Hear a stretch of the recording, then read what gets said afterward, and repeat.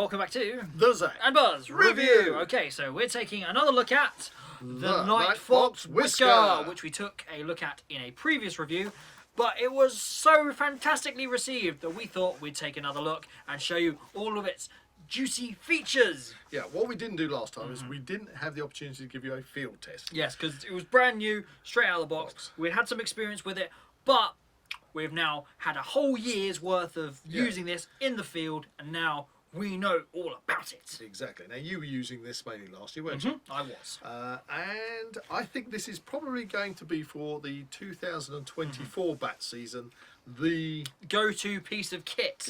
Go-to piece of kit.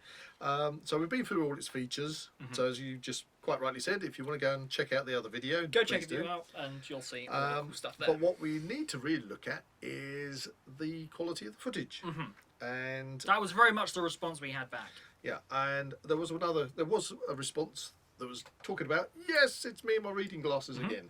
It's because the little rubber, what would you call that? Eyepiece? Eyepiece? Eye shroud is a little bit small. And it was saying, can you get it on your reading glasses? So I try. No.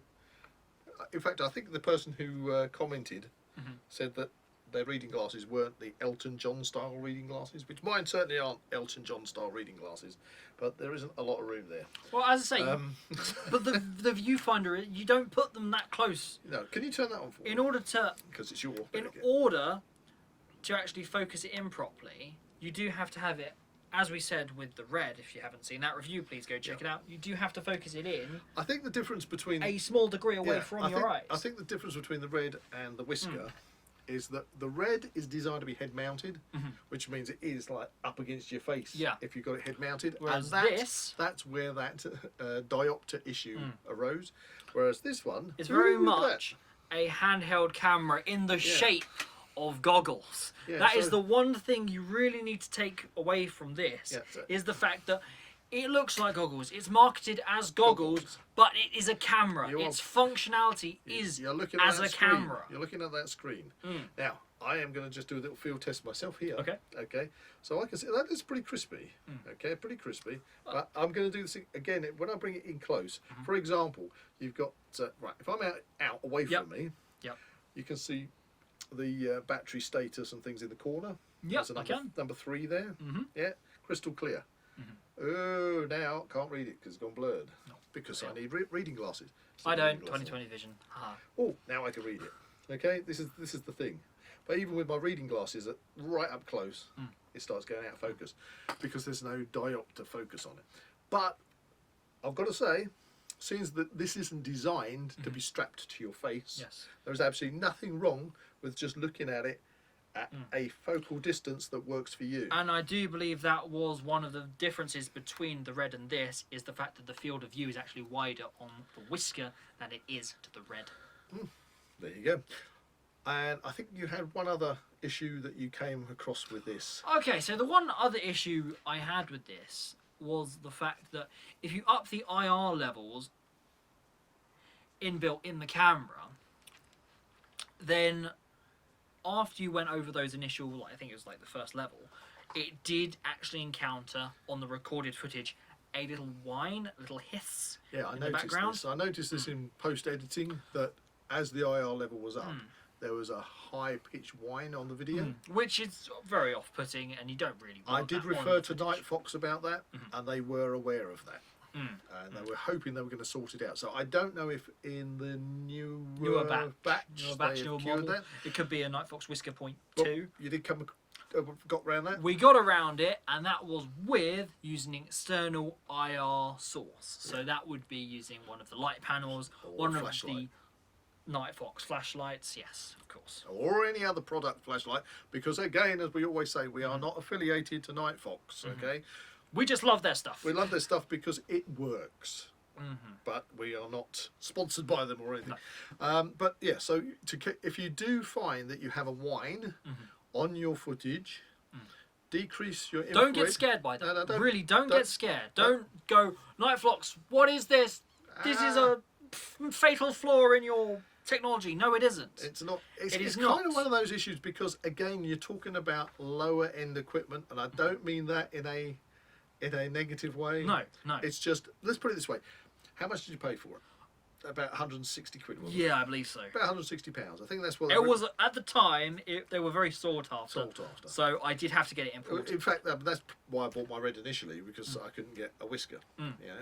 But the red was like 250 when I bought it. Yeah. This is about 160. Yeah. Yeah. But now this is the but. Yeah. Right? 160 pounds piece of equipment. Yep. If you want to go professional and use, say, like the Canon XA range or the Sony, you're talking £1,500 to £2,000 Exactly. for that style of equipment. Okay. And you've really got to weigh up what are you using it for? Are you using it solely for the bat surveying season?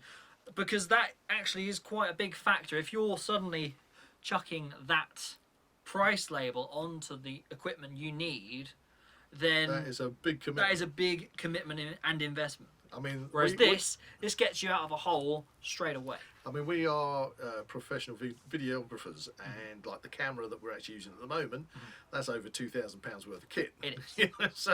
so we plus accessories, plus monitors, and all the rest of the things I can see. Microphones. There's a lot of cables, a lot of stuff, and it's slightly scary setting all that up. When you say £160, I can't believe what you get for your money. Yeah. So if you get that wine on your video, turn the IR down and rely on to its base setting. Yeah, and rely on external IR light to boost the IR light. Yes, yeah, it's somewhere over there. There's a panel over there somewhere, and so there you go. So you've got a choice. But anyway, field test. We want to see what we didn't see in the last video. Let's see what this puppy. Let's see the quality of some footage. Let's go. Boom. Here we are looking at some footage taken by the Whisker, and we have two emergencies which come out from the fascia boards on this particular property. And of course, when using night vision equipment, it actually lights up the area that you would not otherwise see with the naked eye. You can actually see the reflection in the window as that one passed. This piece of footage looks really crispy and light. Believe me, with that overhanging tree coverage, this was very, very dark to the naked eye, and you literally would not be able to see the bat as it's flying in front of this barn area and trying to return to its roost. But if you look closely, a marker will come up and show you exactly where the bat is returning to on the roof. There it is there. And then it comes back out again and just flies off to the right of the screen. And you can see the clarity of this picture, and this is why it's so important to be using NVAs these days. And the Whisker performs admirably, especially for its price range. And we're going to zoom in now and take a closer look. There we go. So we've zoomed in the picture. We see the pipistrelle in this instance coming up, touches the ivy, flies away again, cuts across to the right of the camera, and then it returns, and you'll see it be able to enter underneath the hung tile on the barn roof. There it goes there. And now our final little clip, again here, the gable end of this property, without the IR lighting and without the NVA, the naked eye really isn't going to pick up the bat apart from when it breaks into the skyline. So it breaks into the skyline here briefly, flies across and leaves the picture to the right. Trust me on this, without the facility of using an NVA, you won't see the emergence point. Whereas using an NVA like the Whisker, you can see exactly where the bat emerged from the building. Well, I've got to say, I'm pretty impressed with the quality of footage that you're getting off, yet again, another cracking bit of equipment. £200 bit of equipment. Yeah. You know, I mean, really, this is perfect for the job. Right, so perfect. You've got that literally mounted straight onto your tripod. Yeah, unlike the Red, which is obviously top mounted. Yeah, this is a lot easier. Just stick your shoe on there. Bish bosh, you're done. Bang it straight on top of your tripod. It's got its own built-in IR light, which is not a bad beam off of that. No, it's really good, really good. But does again, benefit from the extra if you lighting. are recording to the camera, you do need to have that external IR source, otherwise you're going to have that whine. Yeah, and like with our previous review on the Red, there's lots of little tips on that Red. So even if you've not looked at the Red review, go and look at the Red review, because we put a lot of tips on there, so I don't need to go over them already. But with a piece of kit like this, it doesn't automatically adjust itself to the variable light that you're going to basically encounter doing your bat surveys. So as the sun goes down, and obviously things get darker, but you also might be... Do you need that manual input? But you might be filming against a building which is painted white. A lot of old buildings, they love painting them white. Yeah.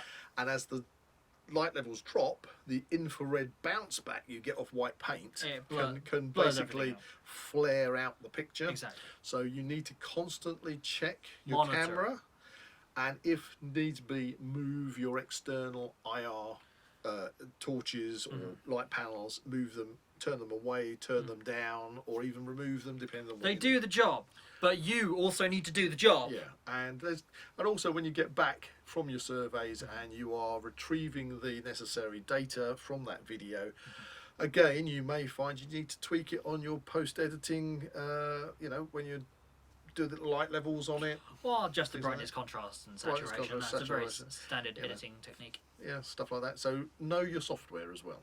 And there you go. I think the Whisker is going to be all the rage. Oh yes, especially in this year, 2024. Yes, exactly. I think Nightfox have done a damn good job. They have. I've got to say, it's a lovely tactile It's like bit of kit. something out of Star Wars. I know. You can pretend you're Luke Skywalker on Tatooine. Or Arnold Schwarzenegger in Commando. Oh, yes. Yes. Or anything really. Enjoy yourselves. Have fun with it. Toys for boys and girls. If you enjoyed this video, please like and subscribe to this channel and comment below any suggestions of further reviews you'd like to see. What a couple we are. Anyway, see you in the next one.